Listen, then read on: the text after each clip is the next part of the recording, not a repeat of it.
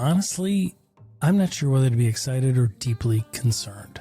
This season on Cybercrime Junkies, we're unleashing full-blown chaos. And I mean chaos. Real spies, actual double agents, AI behaving like it needs therapy, and cyber stories so freaking ridiculous you'll swear we made them up, but nope. Humanity really is that reckless. We've got interviews that feel like Netflix rejected them for being too real, AI demos that absolutely should not work, but somehow do, and educational moments sprinkled between all of us wondering, how are people still falling for this? If you're a cybersecurity pro, a business leader, or just someone who enjoys watching digital dumpster fires from a safe distance, congratulations. This season is genetically engineered for you. New episodes every week, more games, more audience trolling, participation, more cyber insanity wrapped in storytelling your compliance department definitely won't approve. Welcome to Season 8. Let the chaos begin. This is Cybercrime Junkies. This is Cybercrime Junkies. Let's get started.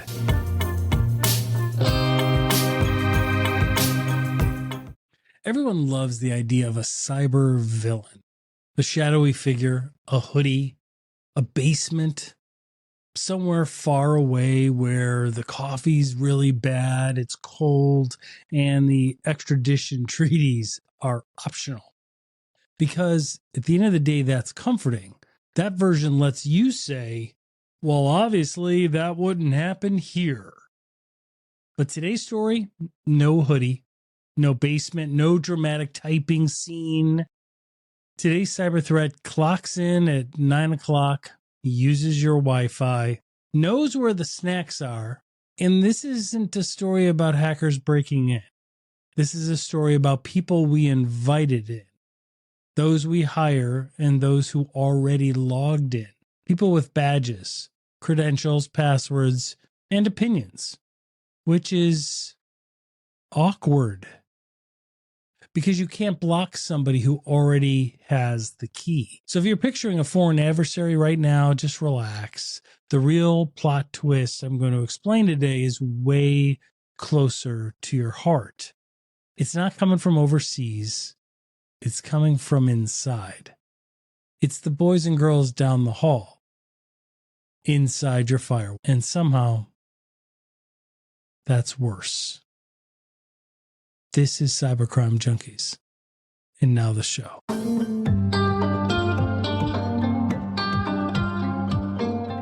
So yeah, that's the fun part. Finding out the cyber boogeyman doesn't live in a bunker. He lives 2 desks over and microwaves fish. Hi, welcome back to Cybercrime Junkies, the show where we ruin comforting narratives one episode at a time.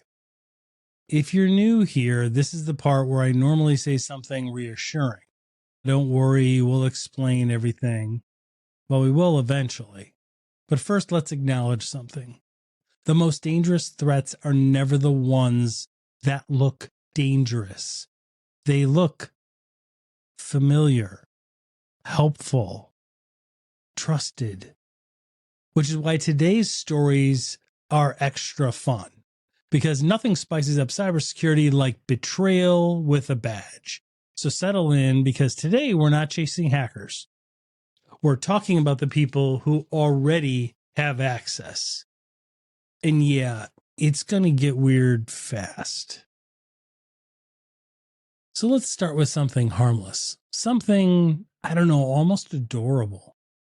Screenshots, not zero-day attacks, not nation-state hackers, not geopolitical espionage. Screenshots, not polymorphic ransomware, new AI filtered things, no glowing red terminal with techno music playing. Screenshots, the digital equivalent of taking a picture of your television with your phone. It's all crooked. You've got your thumb in the frame. And that's the first story today. An insider at one of the largest cybersecurity firms on the planet, the ones who advertise in the Super Bowl that say, "We stop breaches. We see everything." And before your brain goes to DEFCON 1, just relax. This isn't a story about master hackers. It's a story about a guy who knew where the print screen button lived. Think about that. A global security firm, billions in valuation. Threat intel, Falcon this, endpoint that, undone by a friggin' rectangle. Now, I know what you're thinking. Surely this was sophisticated. It had to be strategic. Surely this was some elaborate plan, right? Nope. This was not Ocean's 11. This was Ocean's $11 an hour. Screenshots of internal dashboards sold for cash. Not movie money, not yacht money, not disappear to an island money. More like cover rent and still drive the same crappy car money. Which raises the first absurd question in my mind, and that is, if you're going to risk prison, torture career, and become a cautionary tale that I'm going to use in security slide decks for the foreseeable future, why are you going to do it at a discount? At least respect the hustle. Respect the risk. And here's where it gets funny. Not funny, haha. Funny like, are you freaking kidding me funny? He didn't need special access. He didn't need God mode. He didn't need to reroute traffic or decrypt anything. He just needed basic login credentials, the kind that were given to him by his employer, the kind we use every day at work. The kind you get by showing up, logging in, and doing your job, which is awkward. Because that's not a breach. That's Tuesday. And the company response? Chef's kiss. Public statements always sound like this. Out of an abundance of caution, there was only limited exposure, no impact to customers. Which is corporate for this. We're calm. Please be calm. Everyone stay calm. Why are you not calm? But every security leader worth their salt watching this knows the truth. If screenshots were enough, then screenshots are enough. And this is the part where you're supposed to feel nervous. But don't yet, because this is still the warm-up act. This is the appetizer. This is a small, silly story you can laugh at and blame the big behemoth and just remind them that this was embarrassing. Because now in the next segment of this episode, we upgrade from screenshots to people who decided that deleting entire databases was a responsible, emotional, and reasonable response. Because wait, it gets dumber. So let me take you on a journey, an escalation through irony. Okay, so remember how we started with screenshots? They were cute, harmless, like a toddler holding a fork. Now let's escalate that, because apparently somebody heard that story and said, "Hold my beer." Enter the twins. And anytime twins show up in a crime story, just know that it's no longer an incident. It becomes a franchise. These were government contractors, which already tells you three things.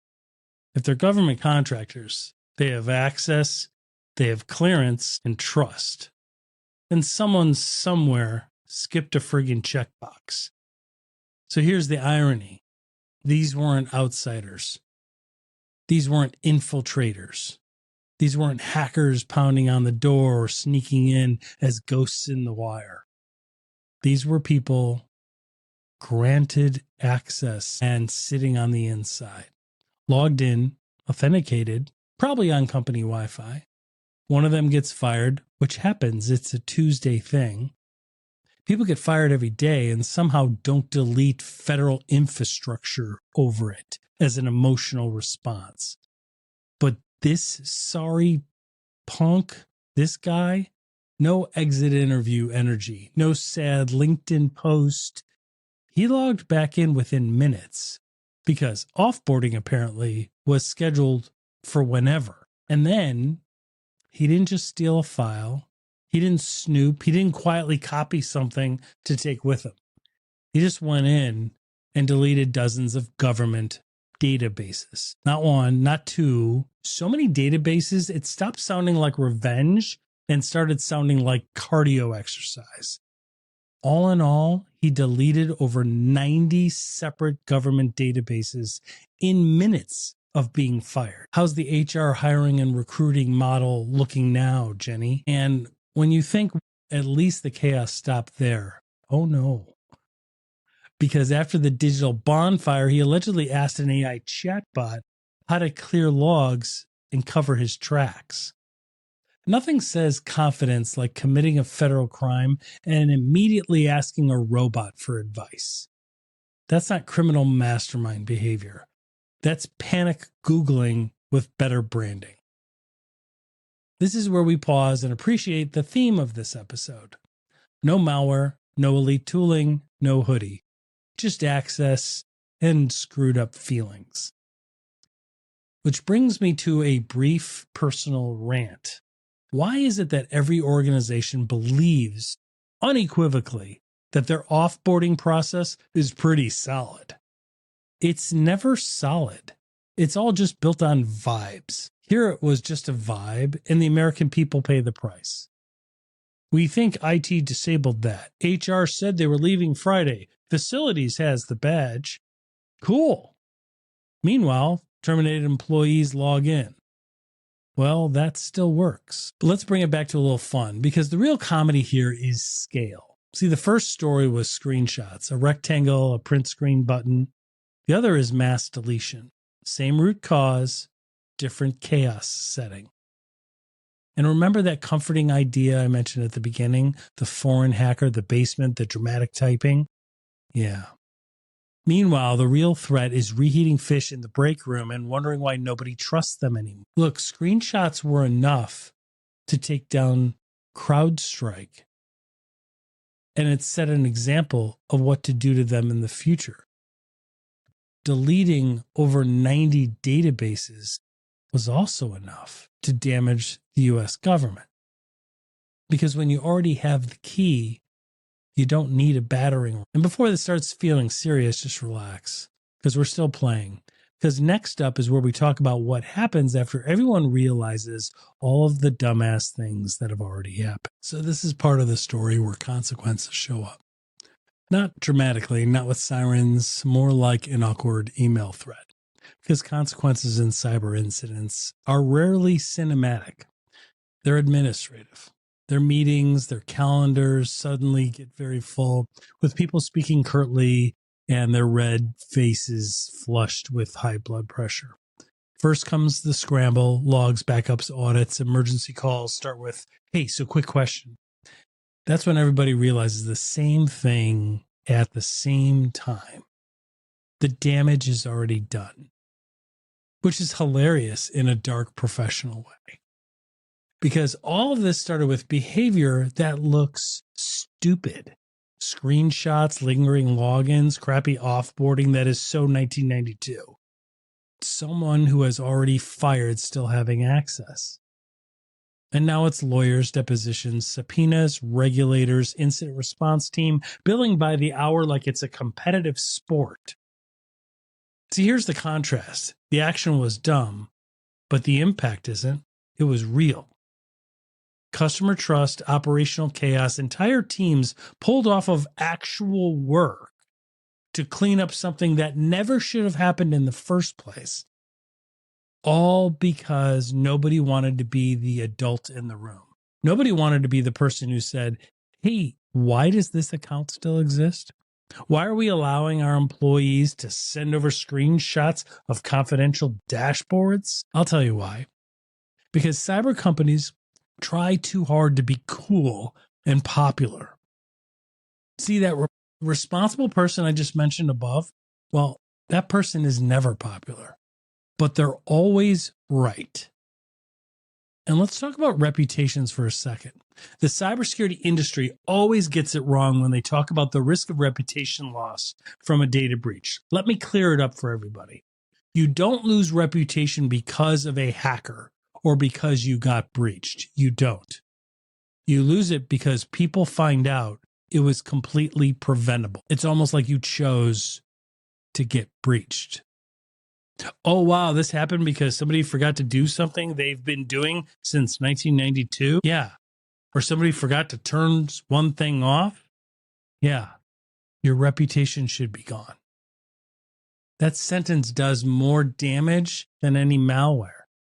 And yet, despite all of this, despite the fallout, despite long nights and incident reports and hundreds of thousands, if not millions of dollars wasted, no one involved ever will wake up thinking, we are the villains. Everyone thinks they were reasonable, just busy, assuming someone else was supposed to handle it. Which is how every insider story ends. Not with evil laughter, with shrugged shoulders that says, well, in hindsight, we should have done this. Did you ever notice that every company has that one file or account location nobody will touch? Not because it's important, because nobody knows what it does. It's always named something like super important SVC temp file version 2, do not delete. And everyone treats it like it's a haunted house. Oh yeah, that account, don't touch that. Pretty sure everything breaks if that dies. No one knows who created it. No one knows who owns it. But somehow it's still alive. Still logged in, still powerful. That's insider threat culture in a nutshell. Not evil, just collectively negligent, cowardice. And that's why this still stays funny, because the stupidity is human, and it's funny to laugh at. The impact is real, and the gap between those two things is where chaos lives. You laugh, then you wince, then you laugh again because it's either that or you're going to scream. And unfortunately, we're not even done yet. Up to now, everything sounds ridiculous, because it is. But here's the quiet part. I'm going to say it out loud. None of this requires malice. It just requires momentum. See, access accumulates, permissions stack. Nobody cleans it up because nobody feels the pain yet. So it stays. That's the danger. Not villains, not masterminds, definitely. Just drift. And drift is boring, which is why it always wins. The insider doesn't wake up thinking, today I destroy everything. They wake up thinking, hell, I still have access. Which sounds harmless until it isn't. The dry irony here is simple. Security teams spend years planning for ransomware attacks and massive intrusions, but minutes planning for employee exits. Onboarding gets a checklist, offboarding gets a reminder sometimes, and no one is evil for this. They're busy, they're human, they assume, but those assumptions scale. That's the part nobody jokes about. So we joke around about it because it's easier to laugh at screenshots than to admit how many accounts still exist in your organization that shouldn't. This isn't fear, it's friction. The kind that builds quietly, the kind that only shows up when something snaps and it all goes wrong. And when it does, everybody suddenly agrees this should have been obvious, which is the most expensive sentence in cybersecurity. So let's end where we started. Not with a hacker, not with a hoodie, with screenshots. A rectangle, a button your keyboard has had this whole time since they were invented. And people. Already given access, already logged in, already trusted, already inside, which is funny until it isn't. If this episode made you laugh a little and then quietly check who still has access to your organization, good. That's the correct emotional journey. No panic, no doom, just awareness and a little common sense action. and maybe one fewer account lingering around like expired milk in the fridge. If you like this kind of chaos, subscribe, follow, share it with a coworker who still somehow has admin rights. And remember, hackers break in, insiders log in. And sometimes all it takes to cause a mess is a badge, a password, and a really bad day.